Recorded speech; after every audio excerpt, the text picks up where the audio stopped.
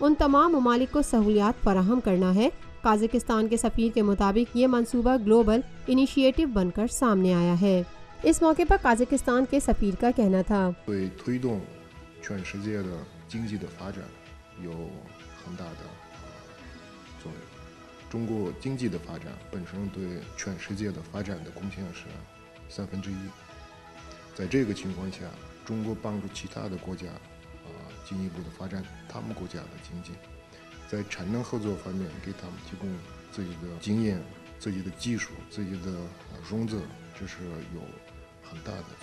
Kazakhstan کے سفیر نے کہا بیلٹ اینڈ روڈ منصوبہ دنیا کی اکانومی کو بڑھانے میں ایک اہم کردار ادا کرے گا۔ دنیا کی کل اکانومی کا 1/3 حصہ چین کے پاس ہے۔ ان حالات کو مد نظر رکھتے ہوئے چین اپنے تجربے، ٹیکنالوجی اور فائنانس سے دیگر ممالک کی معیشت بہتر بنانے میں مدد کرتا ہے۔ چین کا دیگر ممالک پر گہرا اثر ہے۔ دونوں ممالک کے درمیان بیلٹ اینڈ روڈ منصوبے کی وجہ سے انٹر کنیکٹیویٹی میں بہتری آئی ہے۔ مئی 2014 میں مشترکہ طور پر چین اور قازقستان کی طرف سے تعمیر کیا گیا بین الاقوامی طرز کا ٹرمینل وسطی چین کے جیانگ صوبے کی بندرگاہ پر بنایا گیا، جس نے اپنے آپریشن کا آغاز کر دیا ہے۔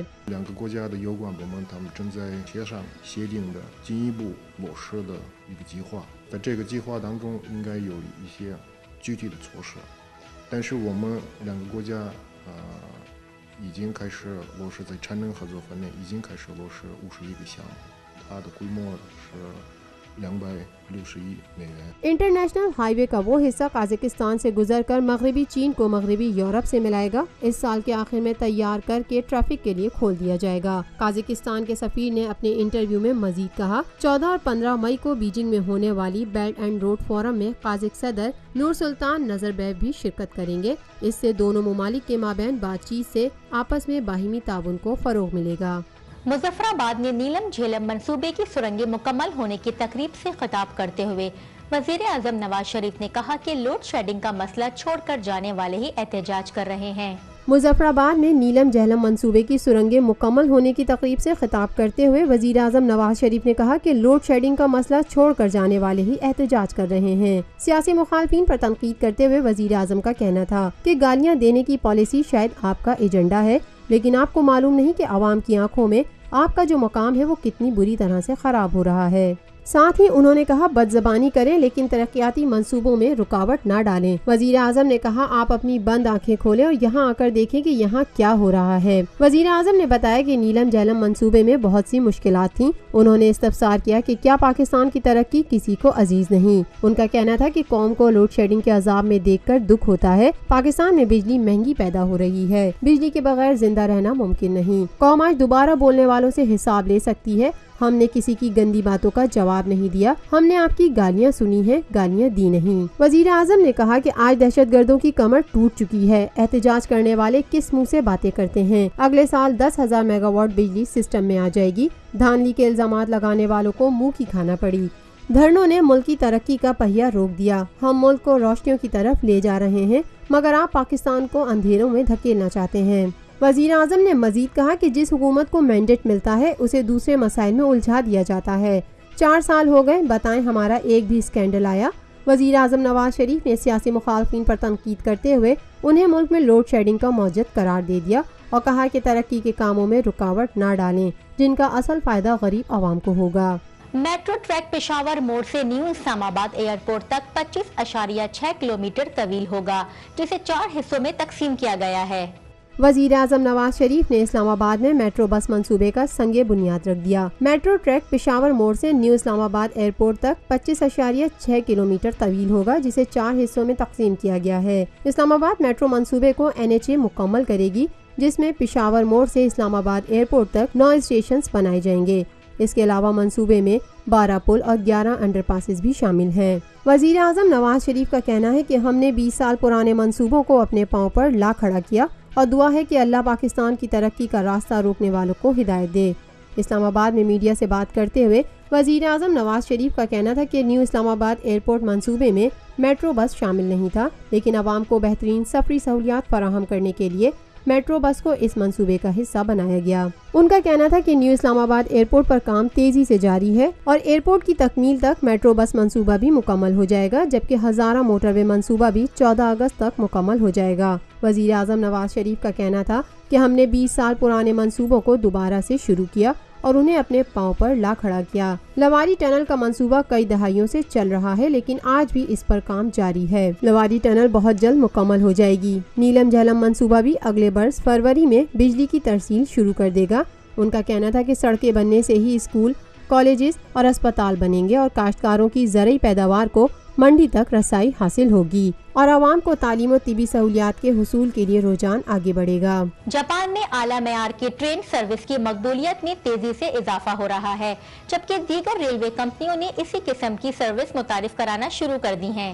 مشرقی جاپان ایک کمپنی نے پیر کے روز اپنی کئی سلیپر ٹرین جو ٹوکیو سے ہوتی کائیڈو کے درمیان میں سفر کرے گی کا آغاز کر دیا ہے۔ اس میں لگژری سلیپر ٹرین کی ٹاپ کلاس کا کرایہ $10,000 تک مقرر کیا گیا ہے۔ شاندار گولڈن رنگ کی ٹرین سوٹ شکاشیما کو جاپان کی ثقافتی شیشے کی چھت اور لائٹ پیانو میوزک جیسی خصوصیات سے آراستہ کیا گیا ہے۔ 2 روزہ مختصر سفر کے کم از کم $1,280 کرائے کے باوجود ٹرین میں موجود تمام نشستیں مارچ 2018 تک بک ہو چکی ہیں۔ ٹرین ایریئر کے مطابق ٹرین میں موجود سب سے بڑے سویٹ کی لائبریری کے آپریشنز 76 بار اوور سبسکرائب ہو چکے ہیں۔ پہلی ٹرین سروس کے 33 خوش قسمت مسافر ہاٹ اسپرنگ ایسورٹس کے پرکشش مناظر دیکھ سکیں گے، جبکہ کرائے میں ٹرین کے اندر اور باہر تمام کسانوں کی قسمت شامل کی گئی ہے۔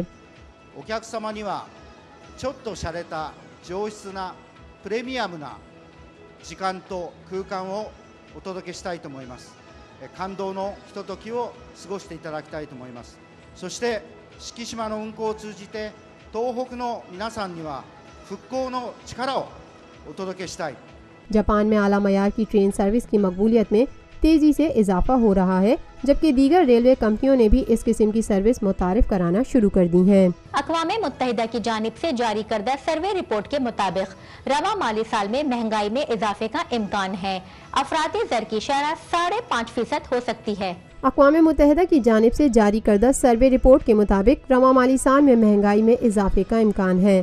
افراط زر کی شرح 5.5% ہو سکتی ہے۔ سروے میں کہا گیا ہے کہ پاک چین اقتصادی راہداری ملکی معیشت کے لیے بہتری کا باعث بنے گی، جبکہ دیگر ممالک بھی پاکستان میں سرمایہ کاری کے لیے راغب ہوئے ہیں۔ سرمایہ کاری، صارفین کی قوت خرید میں اضافہ اور امن و امان کی بہتر صورتحال کو معاشی ترقی کی اہم وجہ قرار دیا گیا۔ رپورٹ میں کہا گیا کہ ملک میں سی پیک کے باعث درآمدات میں خاطر خواہ اضافہ ہوا، توانائی کے شعبے میں بہتری آئی۔ اقوام متحدہ کا کہنا ہے کہ توانائی کے شعبے میں اصلاحات کا جاری رہنا ضروری ہے۔ ترکی کے صدر طیب اردگان بھارت کے ساتھ اپنے تجارتی حجم کو $10 بلین تک پہنچانا چاہتے ہیں۔ بھارتی دورے پر آئے ہوئے ترکی کے صدر رجب طیب اردگان نے کہا کہ بھارت کے ساتھ ترکی کا موجودہ $6.5 بلین کا تجارتی حجم ناکافی ہے۔ طیب اردگان اتوار کو بھارت کے 2 روزہ دورے کے تحت نئی دہلی پہنچے۔ ترکی کے صدر نے بھارت اور ترکی کے درمیان 2 طرفہ تجارتی حجم $10 بلین تک پہنچانے کی امید ظاہر کی۔ Ülke olarak Hintli dostlarımızın acısını bizler çok iyi anlıyoruz. Şunu altını çizerek ifade etmek isterim. Türkiye terörle mücadelesinde Hindistan'la tam bir dayanışma içerisindedir. Terör örgütlerinin hedefi yıldırmak, Erdogan نے بھارت کے ساتھ عسکریت پسندی سے نمٹنے کے عزم کا اعادہ کیا۔ اردگان نے بھارت میں ترکش زبان سکھانے والی سب سے بڑی بھارت کی یونیورسٹی سے اعزازی ڈگری بھی حاصل کی۔ آئندہ بجٹ میں بینکنگ ٹرانزیکشن پر آئی ٹیکس میں چھوٹ دینے کی تجویز پر غور کیا جا رہا ہے۔ ذرائع کے مطابق آئندہ مالی سال 2017-18 بجٹ میں بینکنگ ٹرانزیکشن پر ود ہولڈنگ ٹیکس میں کمی کیے جانے کا امکان ہے۔ اس کے ساتھ ساتھ آن لائن رقوم کی ٹرانسفر سمیت تمام ٹرانزیکشن کی حد 1 لاکھ کرنے کی تجویز بھی زیر غور ہے، تاہم یہ چھوٹ صرف ٹیکس دہندگان تک محدود ہو سکتی ہے۔ دوسری جانب ٹیکس نیٹ میں اضافے کے لیے FBR کی جانب سے ٹیکس نادہندگان پر ٹیکسوں میں اضافہ کیے جانے کا امکان ہے۔ اس میں بینکنگ ٹرانزیکشنز پر آئی ٹیکس بھی شامل ہے۔ چیئرمین FBR کا کہنا ہے کہ نادہندگان پر ٹیکس میں اضافہ ان کو ٹیکس دہندہ بننے کی ترغیب دے گا۔ یاد رہے کہ رواں برس بجٹ میں سرکاری ملازمین کے لیے تنخواہوں میں 10% تک اضافے کا بھی امکان ہے۔